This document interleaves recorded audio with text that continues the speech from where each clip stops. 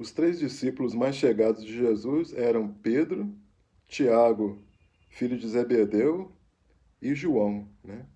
O Tiago, irmão de Jesus, ele só se converteu depois da ressurreição, né? Só depois da ressurreição que ele reconheceu a Cristo. E é interessante, irmãos, que a Bíblia ela vai dar um destaque à pessoa de Pedro. Por quê? Porque Pedro ele representa cada um de nós. Todos nós temos defeitos. E Pedro também tinha os seus defeitos. Ele tinha um temperamento sanguíneo. Pedro ele interpelava Jesus o tempo todo, né?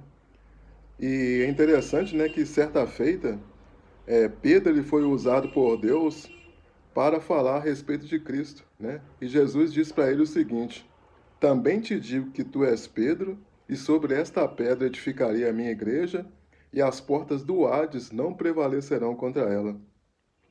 E é interessante que mais para frente, né, quando já estava próximo da crucificação de Cristo, Pedro, ele apresenta o seu temperamento colérico, né, no momento em que ele corta a orelha de Malco, que era o servo do sumo sacerdote que estava ali para prender a Jesus.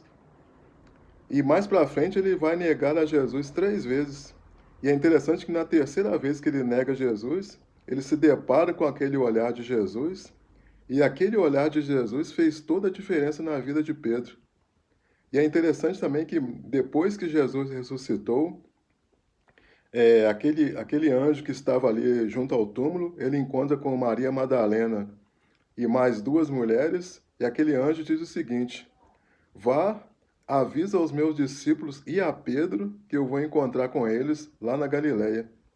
Então veja o interesse de Jesus por Pedro, né? Mostrando o quê? Que Jesus ele se interessa por nós, né? Por nossas vidas.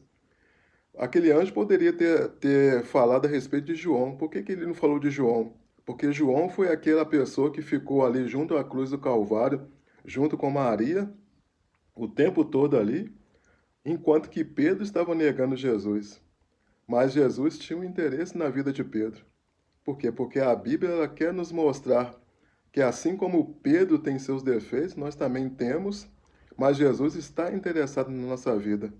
Então que você possa, né, receber essa palavra no seu coração e que Deus possa abençoar tremendamente a sua vida. Amém?